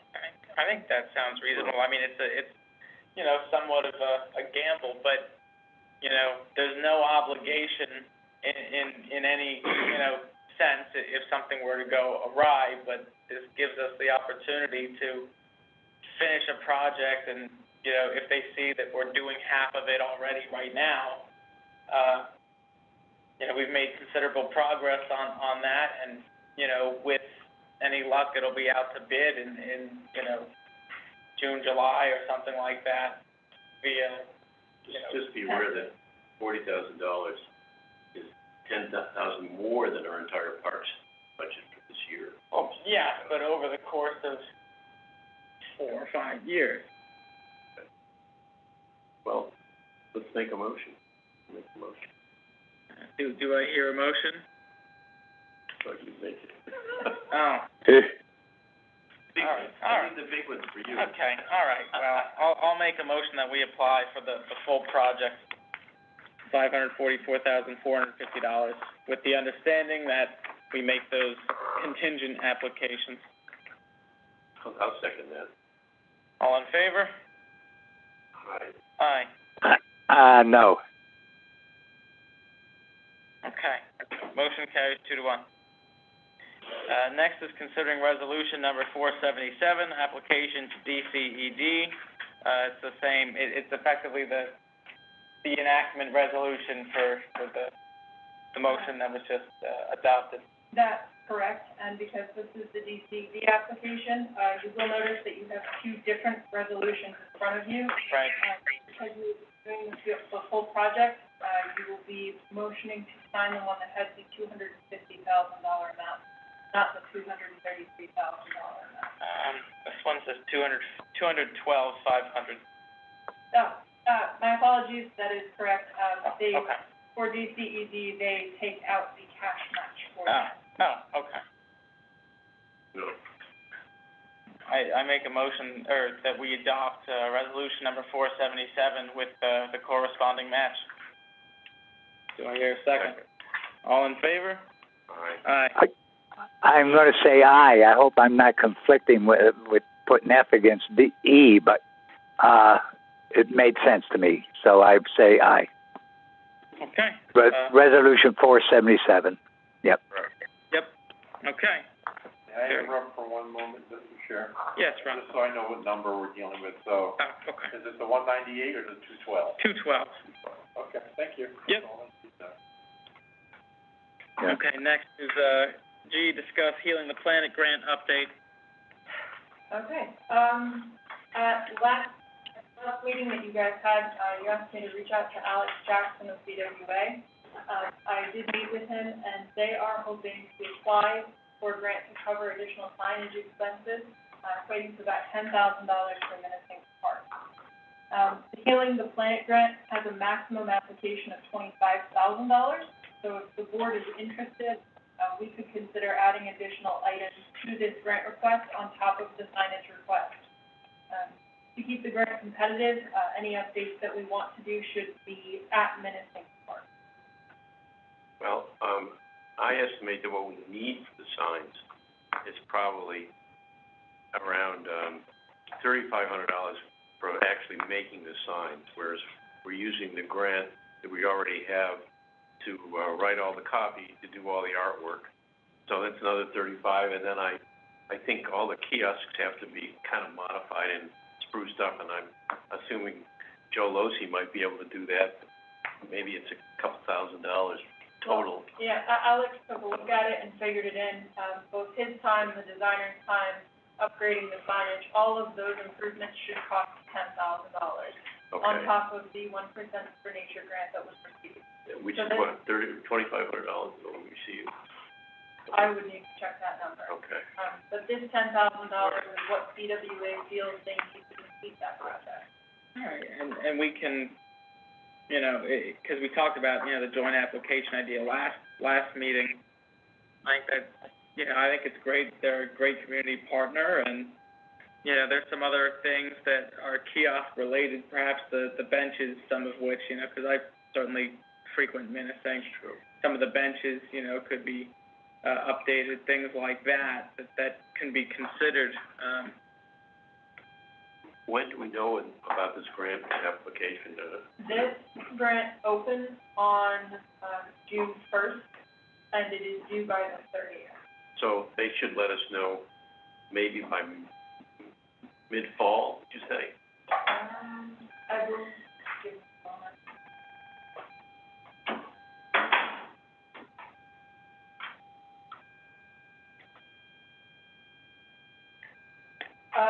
Grant winners will be announced in late July or early August of 2021, and projects must be completed by July 31st of 22, with final report due August 31st of 2022. Okay. I only ask that because, I think the contingency, if we don't get it, is just to put enough money in our next year's budget to cover the making of the signs and the, repair of the kiosks, which, I think we could probably do for about 6 or 7, maybe less. Yeah. So, anyway, that keep in mind as a fallback. Sounds like good progress there. Okay. Well, the question before the board right now, though, is do you want to apply only for that $10,000, or do you want to pursue an additional project on top of that? I think that we should consider at minimum, benches and other, other basic needs that the park, could use, potentially even, the swing set is tilted there. The rest of the play set is in great shape, just needs to be power washed, but perhaps the swing set too. Well, the only problem, the more you apply for, the more competitive it gets, as Mary has already said. 10,000 we might get, 20,000, I don't know. Well, so the swings won't cost, $10,000. No, we're saying 20,000, rather than 10,000, right? That's the Well, question. if we were to pursue, if the township, feasibly our project, whatever it may be, whether benches, swings, whatever, if that is a $10,000 application, then the full application made by the township and BWA would be 20. So it'll be signed, and then whatever we have. All right, well, let's consider the options, and then we'll Okay. go from there. Alex will have a draft of what he plans to submit, by the end of this month. So Mhm. we'll be able to discuss this again, and you will have a draft application in front of you for the June 8th. Okay. And Julia, who's going to submit a draft of what he feels is going to we should go after? Is that it? Yeah, Alex Jackson, is the exec director of the BWA. The new exec director. Yeah. Yeah. Very Okay. Yeah. Awesome. Okay, great. Moving along, we have, park security is the next, item. I know we tabled this last time. We discussed, the upcoming, potential need for some, security at some of our parks. That's correct. One of the things that Ed McCormick wishes me to bring before the board, now that the Ooh, marshal. I'm sorry. Ed, McCormick. sorry, Brian. Got it. Sorry. You're a little garbled. One of the things Ed would like to, get direction from the board is, now that the house is vacant, we do have the opportunity to block off that driveway entirely. He would like to know if he should do that. I would say so. I think we should totally block it off from public access. Yeah, it kind of makes sense. But boy, we've got to move. Did you get the phone message, Jacob, that came in? A gentleman was down there over the weekend complaining. 50 people in the creek. There was profanity, nudity, drinking, all that shit. I did not get that message, but How did I miss this? yeah, if you could send that on, that'd be interesting. But yes, with that said, we should certainly ensure, let Ed know tomorrow that he can definitely block that off. I don't know what he's thinking of using, but if we could, whatever keeps people out. Well, here's the historic problem. We close that part. If we gate it off, okay, Middle Smithfield will not go along with that whatsoever at Waterfront Park. We tried it once or twice and it just didn't work. And then when they became inundated, and there was a lot of people going in that park because we had security at Menacink, we had to get together. And if you remember, it was kind of a back and forth. And then the whole decision was that we'd have to probably use our road crew to clean up all the trash. And it was significant. But the thing of it is, you cannot. I don't think we can close it on Saturdays and Sundays, or even want to close it. Sorry, Yep. at the time, right now we're talking about blocking off the old driveway for Marshall's Falls. Oh, I'm back to Menacink and Waterfront. Got it, yeah. That's what we were discussing. No, I said, Julia, excuse me, it might have been garbled. I said I agreed. Oh, okay. I said that during that conversation. I said I agreed, and I think after Jacob did. Okay, Yeah. Well, that's good. But what that means is that there they go. They're going to go down to the old parking lot, and then they're going to be parking on the road, and we've had good cooperation with the PSP, and actually Rosemary Brown's office has been really active and with us. But as you know, Robert, you've been up there and you've seen what can happen on a weekend. It's frightening, and then you've got cars up and down the road, and I don't. We need to do something, and maybe it's not to be settled tonight, but you know, we got a big weekend coming up, and what are we going to do? We can't close we can't close Menacing Park for, you know, like Memorial Day weekend. I agree with you for sure. I think when you said old parking lot, I assume you meant Marshall's Falls. So maybe in that instance, I know I can call Mackenzie, because I was just speaking with her about, you know, this issue I guess it was last week. You know, and they were like, whenever you want us to start getting the state police involved, you know, be in touch. So I know we can do that for increased patrol over there. But the Scots, right? But the Scots are going to have to manage their own, you know, lot. I mean, we can do what we can at the house, and, you know, another access point if Ed has the time and power. But, you know, I think for us that makes the most sense. And then, you know, for Menacing, do we want to chance it for this weekend, or do we want to have maybe one person just to gauge where things are at, a trial balloon, as some say now? I don't know the answer to that, but I have a dread. I have a dread that it's going to be is bad or not, or even worse than it has been the last 2 years. And if that gentleman who made that complaint was exaggerating, probably, but boy, oh boy, it was pretty moving, if you will. I'll get that message to you and to Robert. You got to hear this stuff. And then he's a guy that he was there to fish, you know, and he's a resident, and that's all he wanted to do. He said he couldn't get in where he fishes, and he well, gosh, you know. What do you say, Brian? You know, you've been in touch with the security before. What do you say we retain one person to check this out for this weekend, and then we can assess the rest of the parks come our June 8th meeting? Well, okay, I'll give him a call. What happened was just July through the end of the season, we spent $26,000 on security, and that's what I wanted to share. It's but there's no simple solution. There really is at this point not a simple solution. The signage is there; it's trespassing, no alcohol, and it's just totally disregarded. How about I see if I can get a guy there for? Probably have to do Saturday and Sunday and maybe even Monday. But if it's one guy, one person, I think it'd be worth it, as you said, to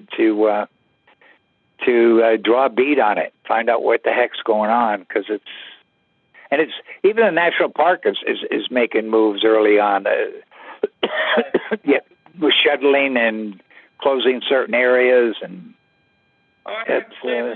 you know, I'll entertain a motion to have Brian contact, I forget the name of the place. I think it's Corporate Security or something like that, to do it. That's what it is, Jacob. And then we assess on June 8th. Yeah, I'll second that. Okay, all in favor? Right. Aye. Yeah. Yeah, and then I'll do that tomorrow, and I'll get right back to everybody. Sounds good to me. Yeah.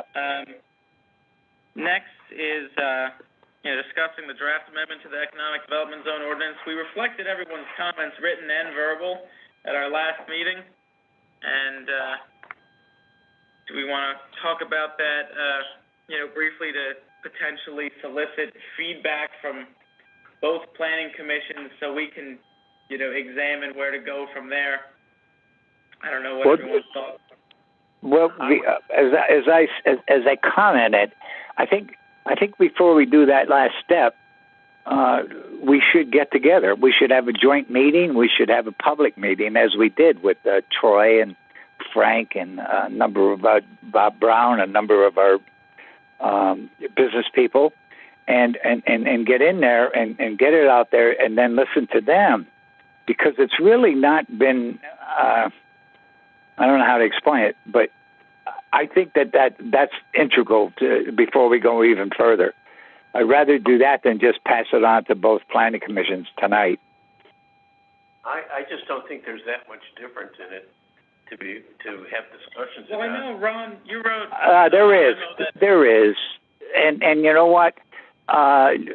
Let's not make that decision. Let's let these people do it. There's been very little input as this was progressed, and now it's I don't know. Is there some kind of a deadline or a drop deadline here or? No, I think the only deadline is the one we've always imposed of saying we'd like to get the mixed use settled so that. Well, I thought we did have it settled. You know, we did, and I say, Robert, that it's been a long time coming, and to get to the end and just say, okay, boom, let's go.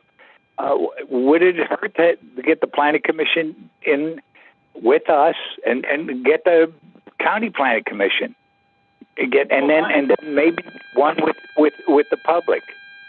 Well, my suggestion is to solicit reviews, from both, enable the public aspect with our planning commission, and then have the county planning commission review it, so we can take that back and then decide where to go from there. Because this is obviously not something that's going to be done, very quickly. I think this is something that we can target for late summer, early fall or something once we have everything clear. I know, Ron, did you send on that memo to us about what the differences between the two? Any differences, but I can give you the memo that I prepared. The only change to the memo is that instead of 16 parcels, it was decided to be 7. 7 additional parcels, so. From 16 to 6, Ron, was that it? Right. That's the only change on my memo. In other words, the only thing that we'd add as parcels is a little block of Independence Road, which somehow got left out the last time. There are 7 properties. One of them is already in the ED zone, and 4 of the others are owned by 2 people who want to be in the ED zone. So, and the other 2 we've never heard from, but that's the only change in parcels. As you can see by the memo, they're really not large changes or a lot of added definition changes. The biggest item is to just make sure that we're clear about this mixed use, where the ordinance is now removing the 25-acre minimum lot size. That's important. It's not like that just was an afterthought. There was a reason, and both planners, Comita and Goldstein, both really were. I won't say adamant, but they really pushed, and they felt that was a good way of doing this with the mixed use, and especially in the zone now, and it's a change that I don't know what unforeseen consequences. I don't know, but I'd like to get to sit and talk to, you know what I mean, and just talk it over and see what the public feels. I remember it was this. That when we rushed through to get this thing in shape, and Doug was continually bringing up new concepts that would benefit Gateway, and I may be wrong in this, but it seemed like the 25 acres came from him towards Gateway, and it somehow ended up that Gateway with the what was the incentivized what was it we call incentivized? Well, there's mixed use presently, and then there's incentivized. Mixed use had 25, incentivized had nothing. And I thought it was the other way around. But so I'm not even sure if that's what we wanted to do. If it was confused by what was going on at the time. Because because 25 acres for mixed use basically negates mixed use anywhere in the township. It just doesn't any parcels that are that big, except Gateway. Well, again, think about it. One other thing, this thing wasn't rushed. For God's sakes, we started in early 2016, and with town hall meetings, 2016, and that year alone into 17, we spent $26,000, and that was just 17, 18, 19, 20, and finally we passed the damn thing in 21. It was not a rush to judgment here. There was a lot of heart-wrenching stuff that went into it, and I just think that there's changes, and they're not de minimis as far as I'm concerned. I just think we owe it to just another work session with our planning commissions. We've had, how many do we have? 4 or 5 of them? 7. I don't see any problem with that. It doesn't, and then or maybe combine everybody and go to people like our builders and our developers and the commercial, and have them come in and listen again. Well, I That's think a change. Certainly change. I mean, most of the things in here are just clarifications of the blanks and, adding stuff like the indoor shooting range that we all talked about last year when we thought we were going to get one, so we thought we better have an ordinance that, reflects that. I mean, I What about what is the active was it indoor activity or indoor something? Robert? Indoor what? I forget. It was indoor. It's one of the. It was added to it. There was a couple of things that were added. The indoor. Outdoor. Indoor shooting range is added. No. This was something about the activity would be Commercial indoor recreation and entertainment definition. I don't have it in front of me. Well, it was just unique. The question before us is how to proceed, and I would say give it to our planning commission at least to get their feedback, and then have a joint session. All right, that would be good. And then again, you've got guys that worked a long time. Most of our planning commission, the only piece, I guess, Jason would be the only one. He was pretty active on that too, and he would be missed. But Scott Amori and the others, I think it'd be worthwhile Strunk in those guys. Yeah. So we get it to them, take a look. That's a good idea, and then they come back and they tell us how they feel. Okay. Well, hearing that, I think we should send it to both the county planning commission and the township so they can both review it. Yep. So we get the technical aspect and the local aspect. That's good. And then we'll come back I don't think we should pick a date right now. I'd like to get us out of here in a couple minutes, but June 8th we can talk about when we want to have a joint session, because then we'll be closer to the planning commission's meeting later on that week. That week, yeah. Okay. Yeah. Do we need a motion? Yeah. We don't need a motion.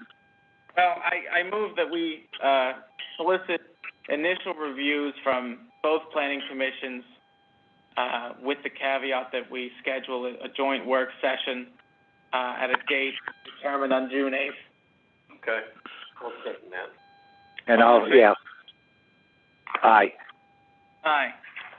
Well, yeah, that makes sense. Okay, good. Next is, we have 2 items, and I'd like to lump them together.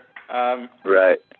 Proclamations for 2 of our constituents, Lucas Jorstad and Miles McHugh, who have both earned the highest honor of Eagle Scout.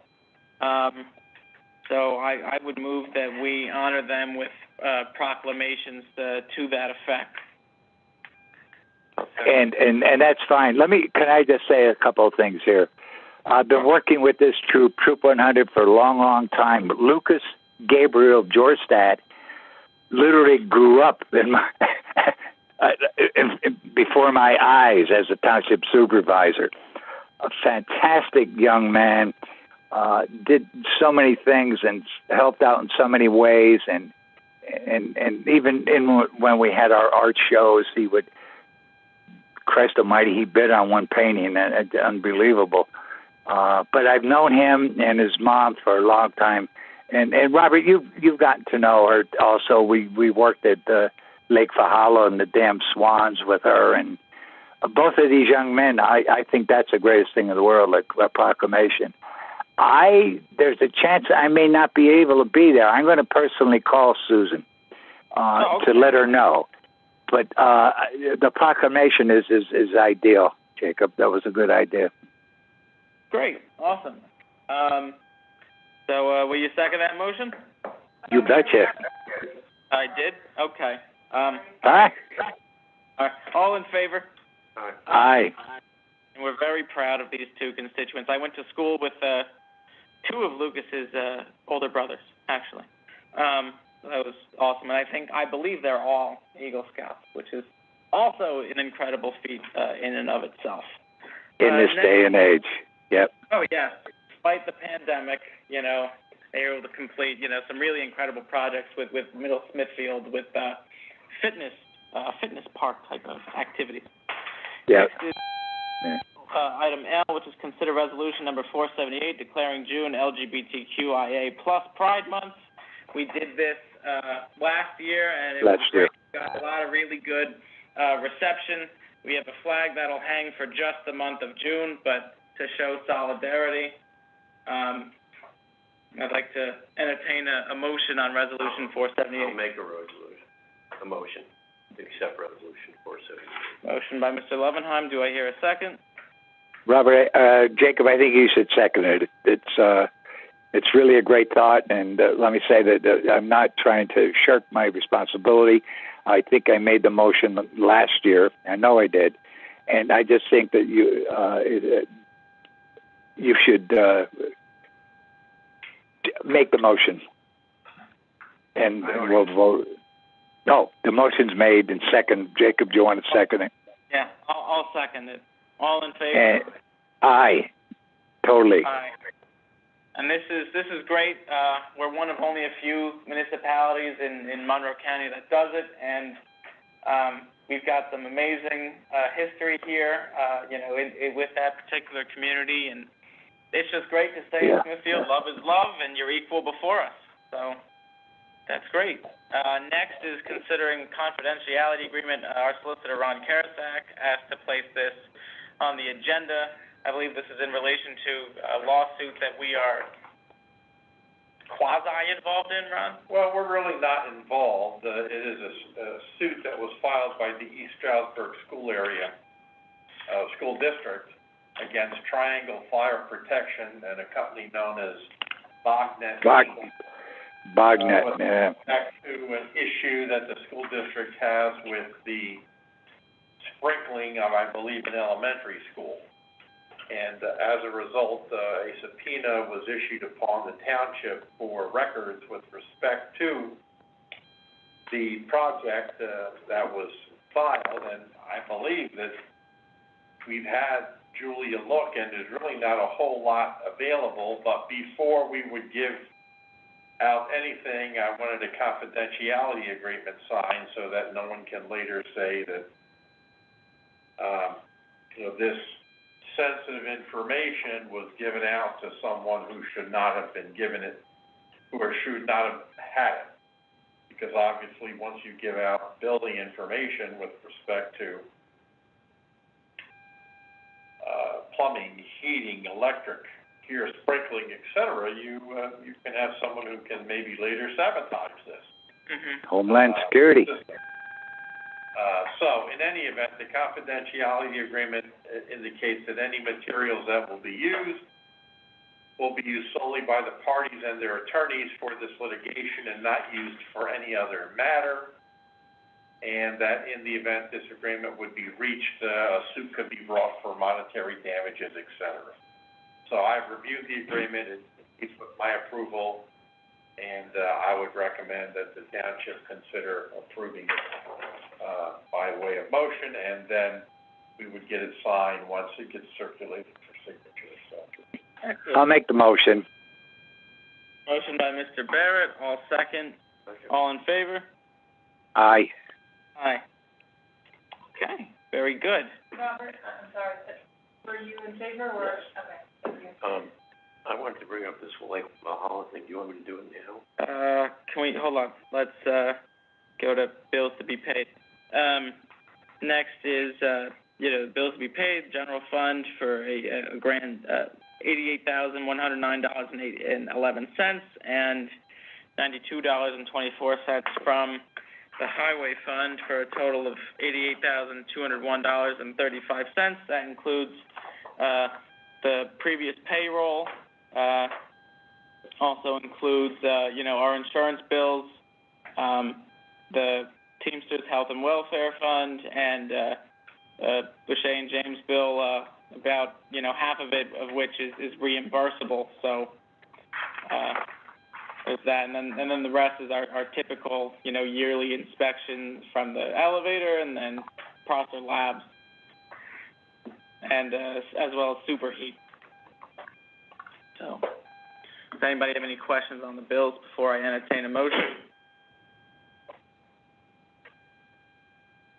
Okay, hearing none, do I hear a motion that we pay the bills in the amount of $88,201.35? I'll make a motion. Motion by Mr. Levenheim. Do I hear a second? I'll second it. Second by Mr. Barrett. All in favor? Aye. Aye. Okay. Public comments. Do we have anybody on Zoom? There's no one joining us in the meeting room at this point.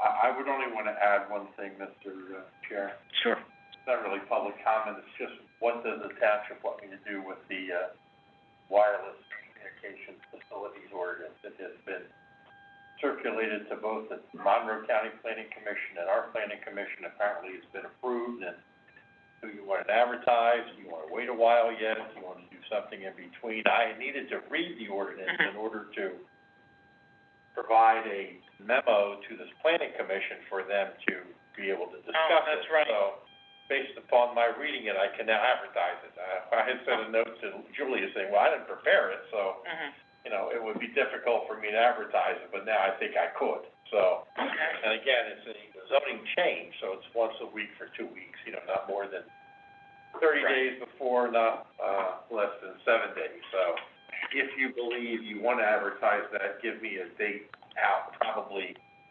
3-4 weeks. I get the advertisement in, et cetera. How about for our June 23rd meeting? That's good. I could do that, so. Or 22nd? Yeah. 22nd? Okay. Well, if you're comfortable, sure. Do I hear a motion to that effect? I'll make a motion to that effect. Okay. Motion by Mr. Levenheim. Do I hear a second? Second. Second by Mr. Barrett. All in favor? Aye. You want to vote, Robert? Yeah. Brian, jog your memory here. Rich Cullen brought this up to me again. Wait, hold on, wait. I meant vote. Do you want to vote on the motion that you made? I voted yes. Okay. All right. Now you can proceed to whatever comment you wanted to. Rich Cullen brought up the emergency access to Lake Valhalla again. I remember, 3-4 years ago, we went through this. Either Rhonda or I can recall the details of what happened, but it seemed like there was a problem with getting permission from somebody for the emergency road that goes through from Wendell Drive to Gabriel Lane, right? Gabriel Drive, yes. Yep. Now I remember it well. What happened? It was. Well, here's what happened. The request came from Charlie, and I'm going to forget his last name, terrible, but he's the president of the road. They have a formal road crew, and Rich gets involved with a lot of things over there, but technically, Charlie is the guy that was doing it. And we got to the point, we walked it several times. Eddie was over, we looked at it, how the hell can we do it? The road was really in bad shape, wasn't even a road. And we said that if we could get permission, easements, we would, with our road crew, put in a road, but not anywhere near to standards, that was for sure, that would take it at Wendell Road up to Gabriel, I guess Gabriel cul-de-sac, Robert, on top. And that particular place is a very dangerous curve. And it does come up on a curve. But yeah. We have a guide rail that goes around it. Yeah. But and the first question is, who owns it? Okay, guess who? Bob Brown. Like... Bob Brown bought the problems that were the most troublesome.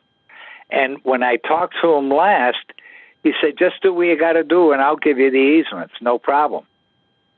So, alive and well, and if you'd like, I'll call Bob Brown tomorrow, and if we want to continue. What happened was we got into who's the gatekeeper, and that went back and forth, and who wanted to take the responsibility, who literally had the keys, the fire department, emergency services, ambulance, everybody had to know that if they were going to come in there from Gabriel, there was going to be some kind of a barrier or gate, if you will, and that had to be accessed, and their personnel had to know it. It was a little more complicated, really, than we initially thought. But for some reason, it just went by the wayside, and I don't know why, Robert. Don't know why. I saw Bob Brown at the election, and I asked him. Mm-hmm. He said he doesn't own it. It was very clear he does not own it. And on the GIS map, it looks like it's an extension of Wendell, and that it's probably owned by the what is it? The Lake Valhalla Road Association. The association. Well, that's all right. They had an attorney that got involved with it a little bit, and Alan Price Young got involved with another attorney, and then it got to the point that I don't know, there was maybe enough confusion or whatever. Now, Bob Brown actually told me he bought those properties. Well, he may have a while ago on the side, but he says he doesn't own the road. Oh no, right, but he has the properties that would give us what we need, and he said he would do that. But again, that'd be a conversation, huh? I mean, if easement. In fact is like the GIS map says, if it's an extension of Wendell that's part of the Lake Valhalla road system, it seems like the only thing we have responsibility for is taking out one piece of the middle of the guide rail, and John took a look at it, and it seems like it's not a hazard as long as the other two pieces are there, so it's protecting it from the parts of the curve. But in other words, if we took one piece out and said to Lake Valhalla, okay, put up your gate, put up your chain, it's not our problem. It seems like that would be an easy solution. That we it really would be. Do with it, huh? It would certainly be the best solution. And down at the bottom, they would have to do the same. That is their responsibility. Right. So that Wendell, but the gatekeeper. All right, there's an emergency. How do you do it? Do you like we have the lock boxes for the fire companies, and so that they get to a situation where they have to get in, and it's in a building that's either abandoned or there's no one in there. We have one in our own, the schools, all of that kind of stuff. They have this process where you can do it. What they need to do is come up with a group who would say, all right, we have a problem. We need this. We're whatever, snowbound or whatever. Or there's an ambulance or fire that's got to get in there. So how do they get in there? I think that's the Lake Valhalla Road Association's problem, not ours. It is. You're right. I know. It's like, keep it away from us. All we got to do is remove one section of the guide rail, and we're done. If in fact we don't own it, and I don't think we do. Perhaps we let Brian call Bob Brown and then see what's up. Well, I'll call Charlie too. Charlie. I don't. Yeah. Let me see. But boy, just make sure in the county records that it's not ours, and if it's not ours, let them do what they want. And Robert, we did make sure that it's not ours, and they all agree that it's not ours. What happened was a while ago, we had to do a similar situation because there was a problem over there. I think it was even with the dam. I'm not quite sure, but we had to get permission for easements to get up and go through there so that they would have it. What happened was we opened that up. It was decent, and everybody north of Lake Valhalla used it as a shortcut, literally driving 60 miles an hour right through and then into Lake Valhalla and out and hitting 209. So there was that caused problems too. I don't know. I think we could probably make a deal where we say we'll open up the guide rail, but you've got to chain it, you've got to lock it. It can only be in for emergencies, and it's your problem. Okay. Well, that's okay. All right. All right. Yeah. My only legal question would be, if we don't know that, why are we even talking about it? Well, it's got a single access, and it could be literally abandoned, if you will, for emergency vehicles that wouldn't be able to get in there if something happened to the, for instance, a dam, a bridge, and nobody could get in that way. We needed another access to it. Okay. That's what we felt, but we have about a dozen of those kind of situations, really. Maybe not that much, I exaggerate. But so we thought maybe if we could work with them, we could, what would you call it? I don't know, good neighbor. Not quite like sure. DPL. Right. So, does anyone have anything else before we adjourn? Because I want to take everyone into executive session for just about 10 minutes or so.